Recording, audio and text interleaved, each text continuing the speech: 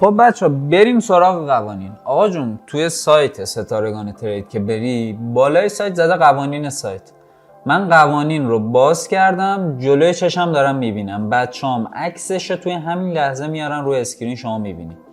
قوانین مرحله اول از همه در مورد قوانین کلی توضیح بدیم. بچه این یه متا تریدره. من یه اکانت دمو باز کردم توی متا تریدر خودم و اینجا شما داری مشاهده میکنی. آقا من یه سل میزنم الان، میخوام این فرق رو کاملا متوجه بشید. ببینید الان این قسمت بالانس رو میبینید، ایکویتی هم که دارید میبینید. ببین ایکویتی چقدر متغیر بالانس تفاوتی نمیکنه.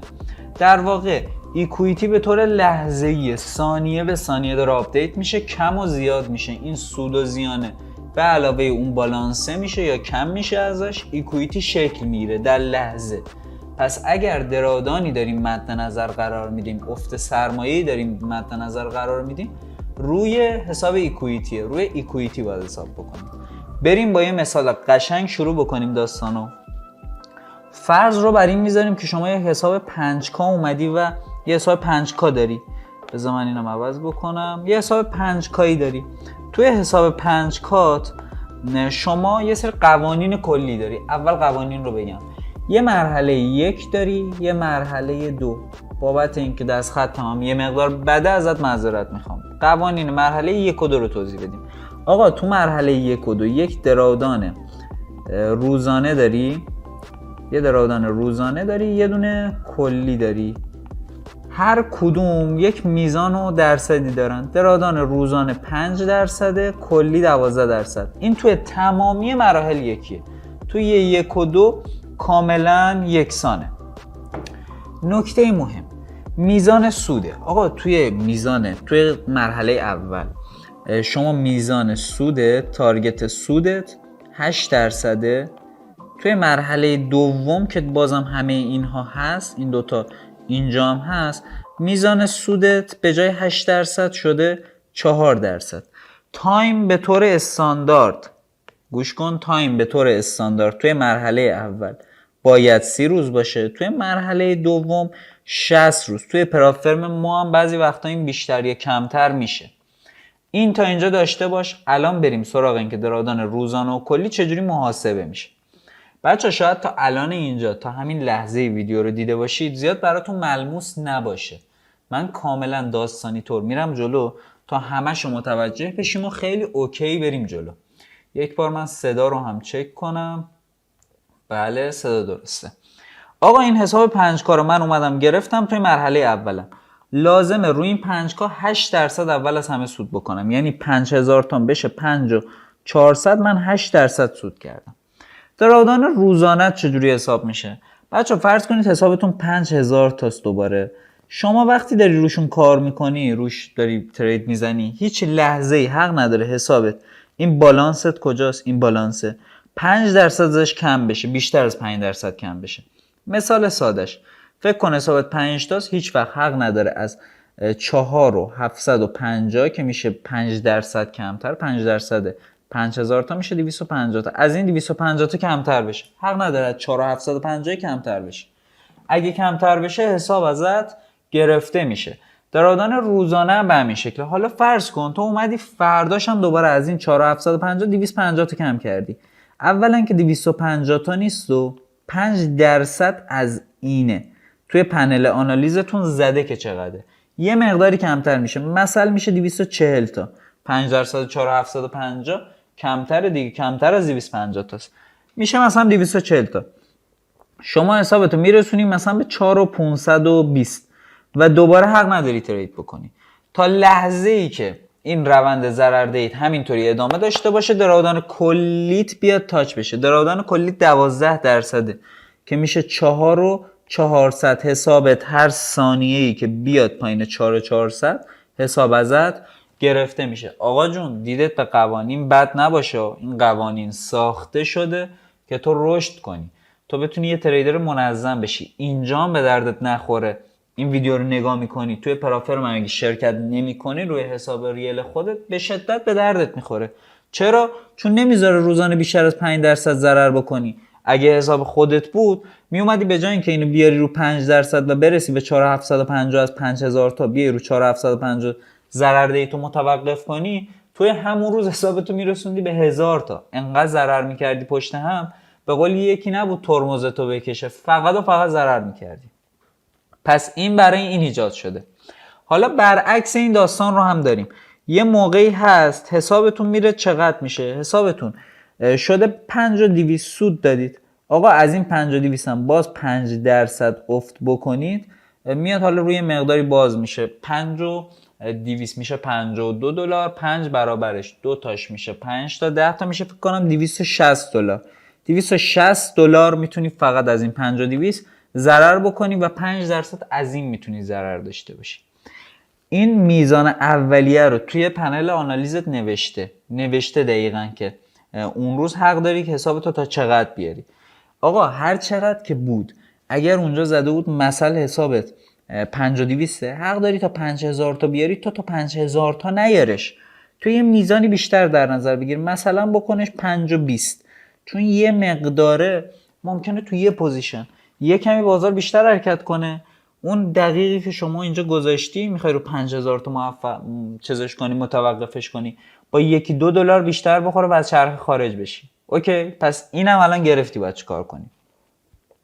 توی مرحله دومم دقیقاً شرایط همینه. شرایط میزان سود رو داری و این درادان و اینام همه شبیه به همینه. حالا یه نکته مهم، اینجا شما باید 8% سود میکردی، اینجا لازمه توی تایم 2 برابری 4% سود بکنی. اینجا هدف ازش اینه که شما استمرارتو بسنجه، ببینه چقدر صبر داری. آیا صبر اینو داری چند روز ضرر کنی؟ آیا صبر اینو داری که یه مدت ترید نکنی یا نه؟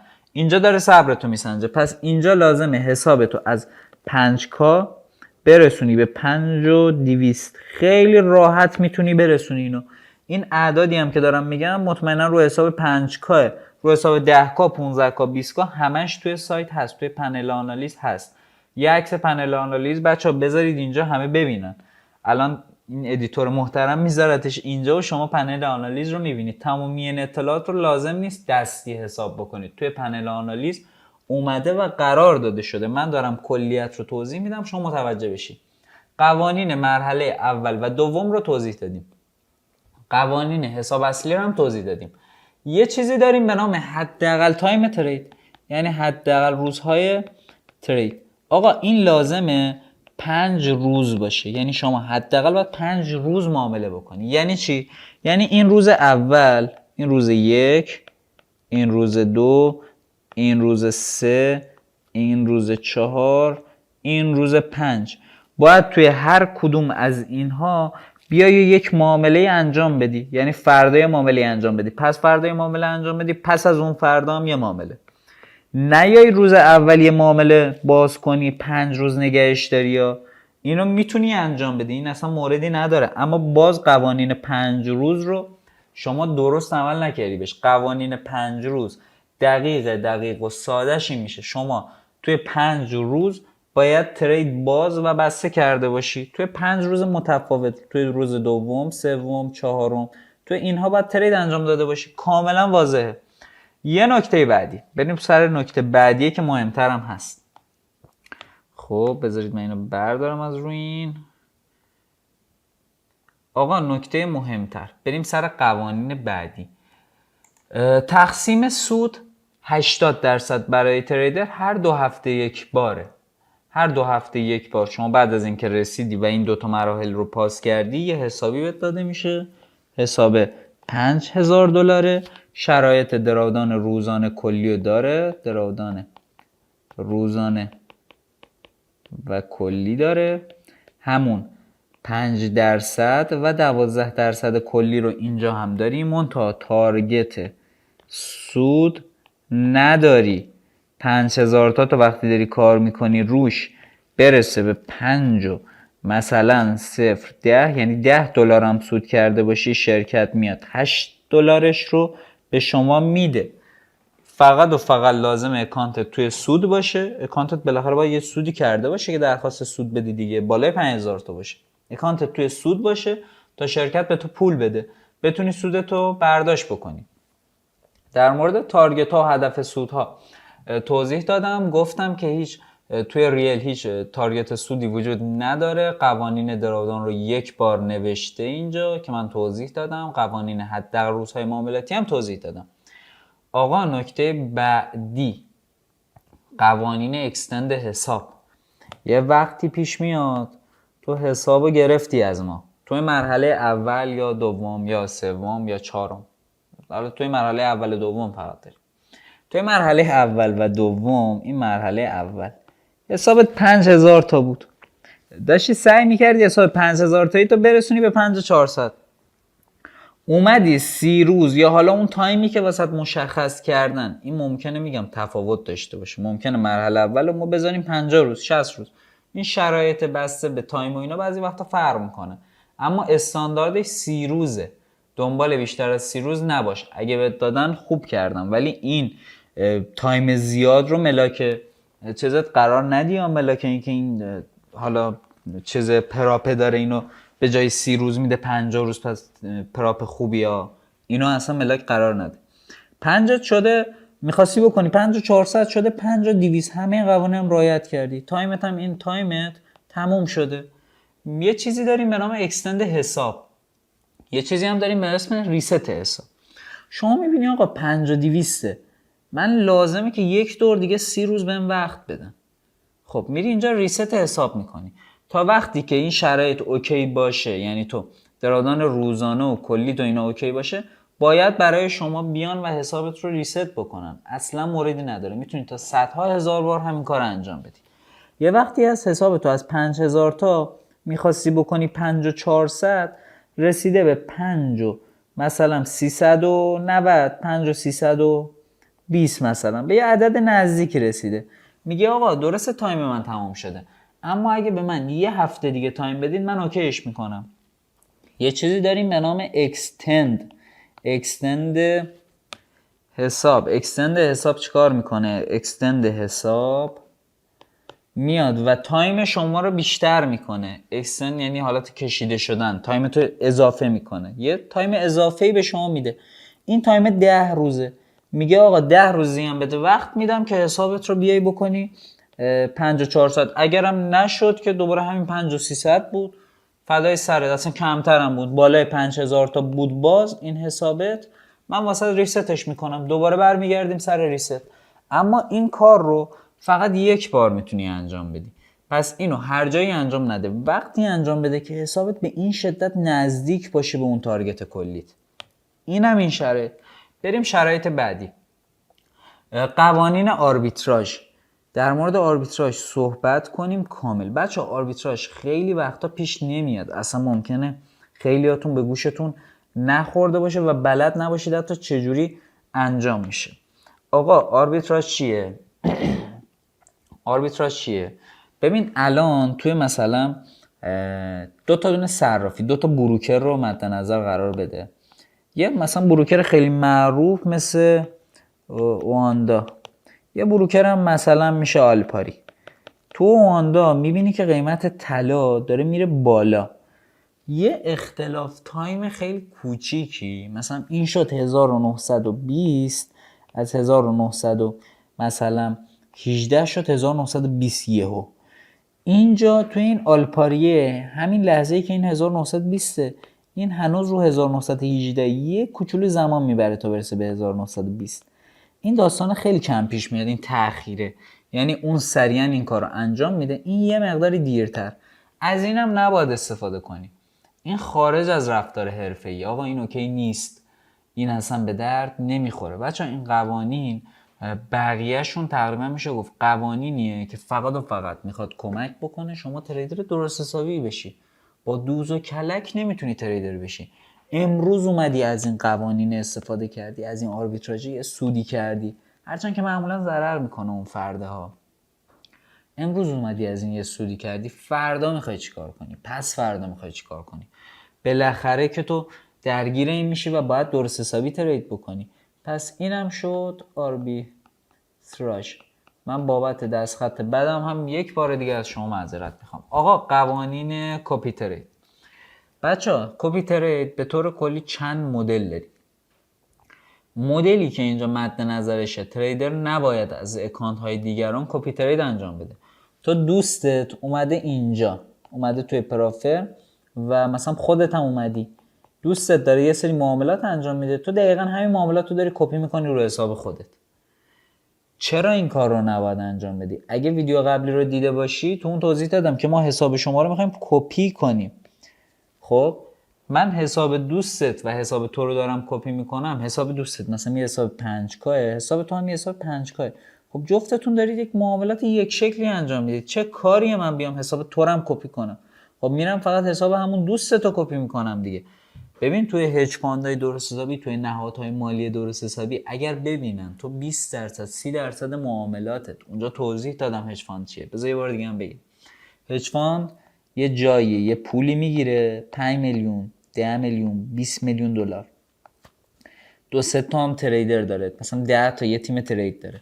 اگه ببینه این 10 تا معاملاتشون 20% 30% شبیه به همه، اصلا اینا رو اخراج میکنه. میگه آقا ما اصلا اومدیم شما رو 10 تا کردیم که معاملاتتون شبیه به هم نباشه، چرا شما دارید شبیه به هم معامله میکنید؟ این باعث میشه ریسک من بره بالا.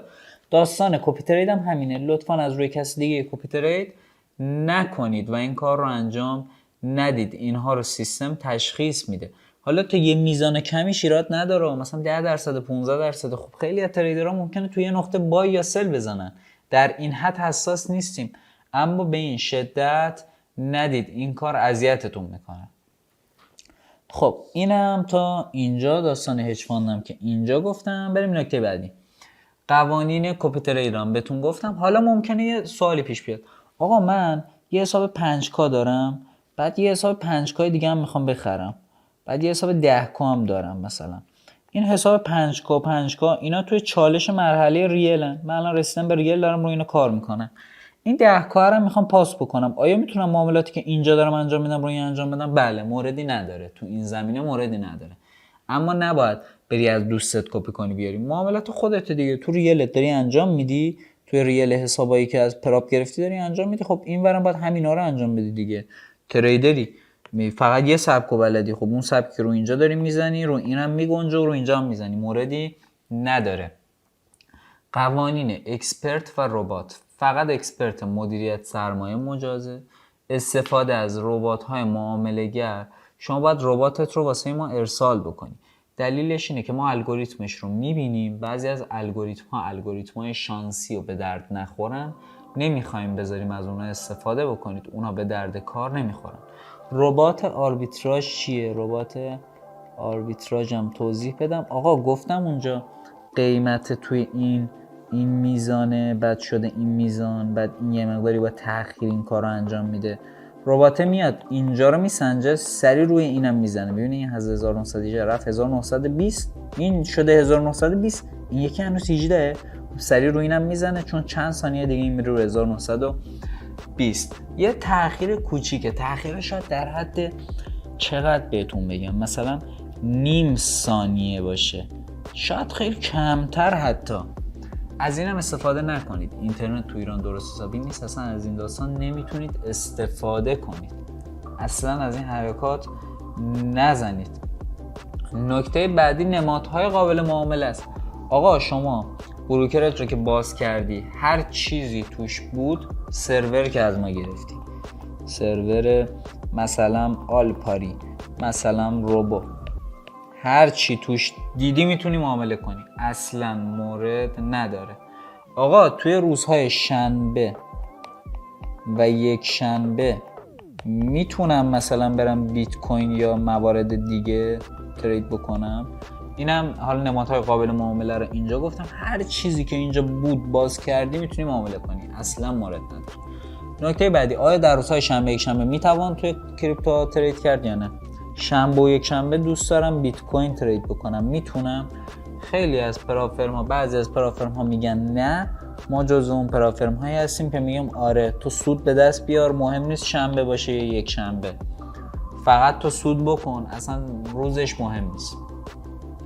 چند تا حساب میتونم دریافت بکنم؟ چند تا حساب میتونی دریافت بکنی؟ آقا شما تا 3 تا دونه حساب ریز میتونی داشته باشی، مثلا یه 5K، یه 25K، یه 15K.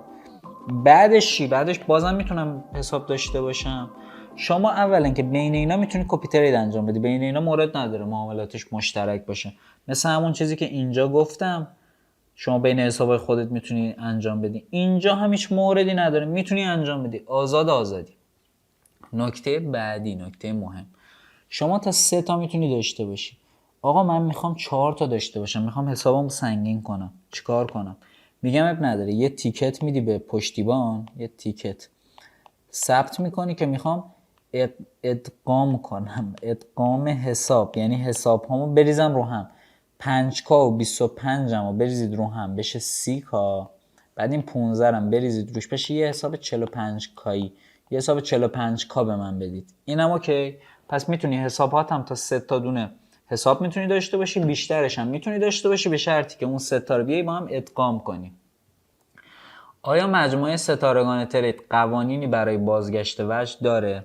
آقا شما لحظه‌ای که خریدتو انجام دادی تا 30 روز بعدش وقت داری که بیای سراغ اکانتتو کار بکنی روش، ترید کنی. من آقا الان خریدم، الان مریض شدم نمیتونم ترید بکنم، اب نداره، باز میری چیکار میکنی؟ یه دونه تیکت میزنی، یه تیکت میزنی به پشتیبانی که من تا مثلا 50 روز آینده نمیخوام کار کنم، تا 100 روز آینده نمیخوام کار بکنم، ایرادی نداره.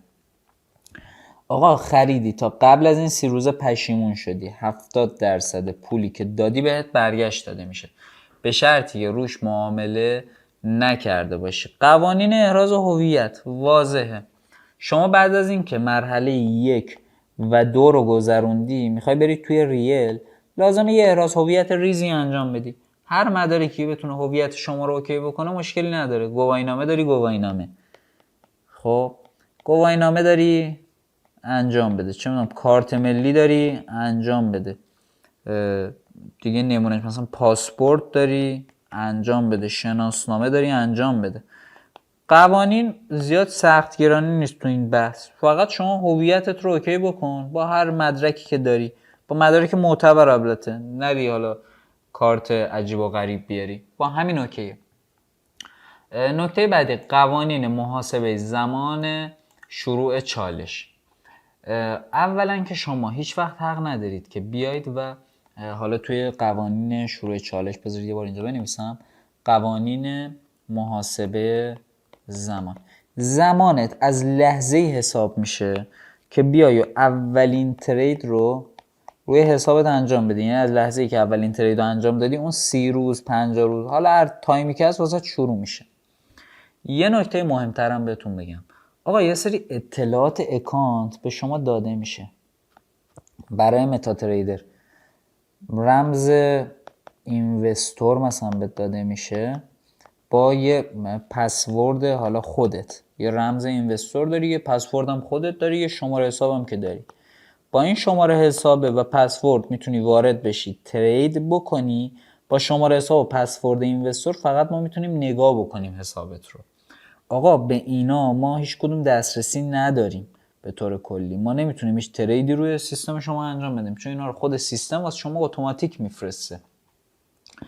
نکته که هست، آقا هیچ کدوم از این رمزا رو تغییر ندی، یا هیچ کدوم از این رمزا رو دستکاری نکنی. هر کدوم رو دستکاری بکنی اطلاعاتی که داره به سیستم ما میاد مختل میشه، ما دیگه اطلاعات حساب شما رو نمیتونیم دریافت بکنیم، دیگه به دست ما نمیرسه که ما بخوایم بفهمیم شما سود کردی یا ضرر، دیگه هم واسه ما قابل قبول نیست. قوانین معاملات اسکلپ، قوانین معاملات اسکلپ. آقا روی این قانون من یه توضیح کامل تری میخوام بهت بدم. آقا اسکلپ در صورتی مجازه که حداقل تریدت 60 ثانیه یا 1 دقیقه باز باشه، نری تون این دستتو بذاری روی این بای هی اینطوری بزنی هی در لحظه ببندی، یا یه مقداری بذار طول بکشه.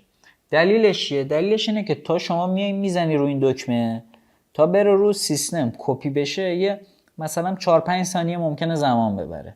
خب شما میای زیر 60 ثانیه میخوای تو 4-5 ثانیه انجام بدی، دکمه رو زدی اینجا، سود خودت رو بردی، هنوز کپی نشده رو حساب، شما بستی. اینم قابل قبول نیست. دلیلش هم خیلی واضحه. دلیلش اینه که خب ما تو ایرانیم، اینترنتمون زیاد اوکی نیست، سرعتمون خیلی عالی نیست، از این بابت به مورد نخوریم. شرکت بتونه این کپی رو انجام بده و به نفع خودت هم هست. چرا باید شما یه کاری رو انجام بدی که اصلا چرا باید زیر 1 دقیقه بخوای تو تریداتو باز و بسته کنی؟ روی این تا یه درصدی شرکت گیر نمیده. این اگه حالا معاملات اینطوری داشته باشه، خیلی وقتا من دستم میخوره یه دونه بای زدم، بایه رو همون لحظه اشتباهی فهمیدم زدم، همون لحظه میبندم، این ایراد نداره. اما اینطوری نشه که همه معاملات به این شکل باشه. مقدار ریسک ممکن در هر ترید. آقا قرار دادن SL و TP هیچ اجباری نداره، اما اگه TP نمیذاری حداقل SL بذار. یهو بازار میریزه 5% تاچ میشه، خودت ضرر میکنی. حداقل و حداکثر حالا میزان ریسکی هم وجود نداره. شما توی پوزیشن میتونی تا همون 5% مثلا هست میتونی زیان بکنی، اصلا مشکلی از این بابت نداری. یا میتونی بیای و مثلا مال ما اینطوری نیستیم که بگیم تو فقط حق داری 2% ضرر بکنی، 2% در هر پوزیشن. ما دست باز گذاشتیم توی اون 5% که تواناییش رو داری، توی اون بیا و کارت رو انجام بده. 2-3 تا دونه مورد هم هست که اینا رو هم بگم. پس از موفقیت در مرحله اول یا دوم شما میرسی به مرحله ریل، کامل توضیحاتش نوشته شده. وقتی به اونجا رسیدی این قسمت رو که بخونی میتونی یک تیکت بدی، یه تیکت میدی که آقا من هر دو مرحله رو پاس کردم، اونا میگن اوکی، حساب ریل به شما میدن. حساب ریل رو مثل همون حساب قبلی برای شما میفرستن، با این تفاوت که این دیگه تارگت سود نداره. دقت کن، تارگت سودی نداره، سود نداره. میتونی هر کاری که میخوای انجام بدی، میتونی یه مدتی اصلا سود نکنی. اما اگه خواستید یه تایم زیادی روی این حساب ترید نکنید، حتما به پشتیبان‌ها اطلاع بدید. آیا ترید رو میشه هولد کرد؟ میشه ترید رو باز کنم نگه دارم 2-3 هفته؟ بله، موردی نداره. اما قوانین حداقل 5 روز معاملاتی که اینجا واسه توضیح دادم، گفتم باید توی 5 روز حداقل یه ترید داشته باشی. اینو زیر پا نذار، این یه دونه رو 2 هفته نگه دار، 3 هفته نگه دار، ولی توی این روزها هم یه ترید باز کن، ببند حتی که حالا سیستم تشخیص بده شما 5 روز رو ترید کردین. این تا اینجا. بریم قوانین بعدی. آیا تو زمان اخبار میشه ترید کرد؟ بچه تو زمان اخبار ترید نکنید، سیستم ها قفل میشه، داستان زیاد داره. تو زمان اخبار اصلا تریدی انجام ندید. یه نکته هم هست آقا حساب من 5K بود، اومد حالا قرار بود مثلا من 5% حق داشتم ضرر بکنم دیگه، اومد 5,750 باید میشد، من دیگه نباید ترید میکردم، به جای 750 شد 49 و دوباره برگشت تو 750. اینم قبول نیست، چون حتی اگه ما اینو بکنیم این 5% مثلا بشه 10%، باز یکی هست از اون 10% مثلا بیاد حسابش رو 5,500، از 5,500 بشه 5,499، باز این طرفم میگه اوکی نیست و من میخوام کنار بکشم. یعنی بازم یکی از اونجا بگه آقا اینم قبول کنید، ما اگه اینو قبول کنیم اونم باید قبول بکنیم. عدد ثابت 5%، روی این بمونید و نسبت به این اوکی باشید. نکته بعدی که نیاز هست آقا، پشتیبان ها هر لحظه در اختیار شما. نیاز به پشتیبانی و بررسی سریع اکانت خود را دارید؟ بله، هر لحظه پشتیبان ها در اختیار شما توی این قسمت از سایت و میتونید دنبال بکنید. احراز هویت چجوری انجام میشه؟ احراز هویت هم کامل توضیح دادم. پرداخت سود، اولین برداشت باید 30 روز از کارت بگذره، یعنی حداقل باید 30 روز رو گذشته باشه از زمان دریافت حساب تا آخرین حالا چیز دیگه. یعنی اینو مثلا امروز اومدی 1 این ماه گرفتی، 30م تازه زمان تموم میشه، اون موقع میتونی بیای واسه برداشت اقدام بکنی. درخواست برداشتت هم باید یه جوری بفرستی که 28م یا 14م ماه میلادی باشه، یعنی هم 30 روز باشه، همین که 14م یا 28مش باشه. شما مثلا یکم یه حسابی رو بگیری، سیوم حالا وقت تموم میشه، سیوم اوکی شده 30 روز، قانون 30 روز اینجا تیک میخوره، باید صبر کنید تا 14 و از این بابت هم موردی نداره. از این بابت اصلا نگرانی نداشته باشید. از برداشت دوم هر لحظه ای که برسه به 14 و 28 هر 14 و 28 میتونی پولتو برداری، میتونی درخواست برداشت بدی. بروکرها اوکیه. آیا میتونم هج کنم؟ داستان هج کردن بچه ها یه مقداری داستان پیچیده تریه. خدمت شما عرضم که قبل از خبر نباید هج بکنید. هج یعنی من یه معامله بای باز کنم، یه دونه ست، اون یکی که ضرر میکنه یکی سود میکنه، همدیگه رو میپوشونن و این داستان حالا یه مقداری دقیق تریه. من این متن خود قانون رو میذارم اینجا، متن قانون آیا میتوان هج کرد و الان دارید میبینید. این رو یک دور خودتون بخونید متوجه میشید. من الان توضیح بدم یه مقداری شاید گمراهتون کنه. کدوم بروکرها هم که مشخص، شما هر بروکری که داخل سایت هست رو میتونید انتخاب کنید. آقا رشد حساب به چه شکله؟ رشد حساب، شما اومدی ریل رو رسیدی 3 ماه که روی ریل کار کردی، هر 3 ماه 5000 تات یا 10000 تات یا 25000 تات یه 40% بهش اضافه میشه. این میزانی که حالا اینجا به دست میاد که مثلا میشه $4000، به این 10000 تات اضافه میشه، حسابت میشه $14000. افزایش حساب به این شکل انجام میشه. نکته بعدی تغییر بروکر. بچه‌ها توی مرحله اول شما یه بروکری انتخاب میکنی، باید با همون بروکر بری جلو. اما تو مرحله دوم میبینی این بروکره که تو مرحله اول بود اوکی نیست، بروکرتو میتونی عوض بکنی طبق همون چیزایی که داخل سایت هست. دیگه نکته بعدی نمیمونه. نکات بعدیش نکات ساده‌ایه که خودتون هم میتونید بخونید و اصلا نکته عجیب و غریب دیگه‌ای نداره. من هر چیزی که لازم بود رو بهتون گفتم. امیدوارم که بتونید همیشه سود کنید و از زندگیتون لذت ببرید. شما رو مثل همیشه به خدا میسپارم. خدا نگهدارتون.